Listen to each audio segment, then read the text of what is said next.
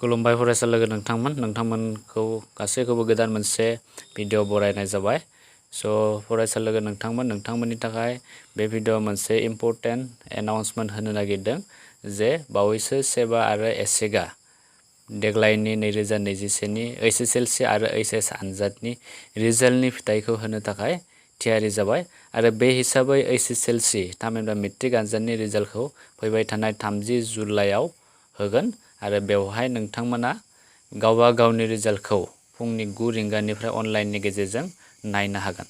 गुबुन फारसेथिं HS नि रिजाल्टखौ बे जुलाइ दाननि 30सेआव होनाय जागोन आरो बेबो फुंनि 9 रिंगानिफ्राय नोंथांमोना अनलाइननि गेजेरजों नायनो हागोन। नोंथांमोना गावबा गावनि HSLC आरो HS नि आनजादनि रिजाल्टखौ सेबा आरो एसेकनि अफिसियेल वेबसाइटआव थांनानैबो नायनो हागोन। बेनि अनगायै गुबुन वेबसाइटफोर दङ, बेनि बागै आलादा भिडिअ बानायनाय जागोन। 30 आरो 31 जुलाइआव जा फोसावनो गोनां रिजाल्टफोर बेखौ बबे वेबसाइटआव थाङोब्ला रिजाल्टखौ नायनो हागोन बेनि बागै वेबसाइटखौ मोनोब्ला नोंथांमोननो बेनि बागै आलादा भिडिअ होनाय जागोन। आसा खालामो नोंथांमोननि गासैनिबो रिजाल्टआ गावबा गावनि साननाय बायदियैनो जाफुंगोन। बेनिफ्राय बेवहाय देग्लायनि HSLC आनजादाव गासै स्टुडेन्टनि अनजिमाया 4 लाखनिबो बारामोन।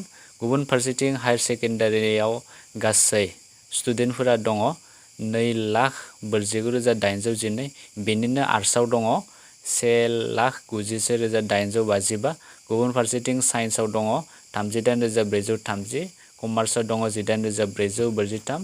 बेनिफ्राय भकेसनेलाव दङ 1,081। गुबुन फारसेथिं बबे वेबसाइटनि गेजेरजों नोंथांमोना गावबा गावनि रिजाल्टखौ चेक खालामनो हागोन बेनि बागै आलादा भिडिअ होनाय जागोन आरो माबोरै गावबा गावनि रिजाल्टखौ अनलाइनाव नायनो हागोन बेनि बागैबो नोंथांमोना आलादा भिडिअ होनाय जागोन। नोंथांमोना जोंनि चेनेलजों आपडेट थाबाय था। Thank you for watching. Bye bye.